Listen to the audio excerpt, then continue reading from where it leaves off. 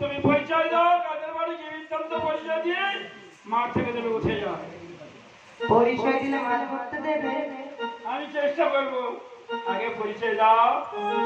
শোনো, ও শিখর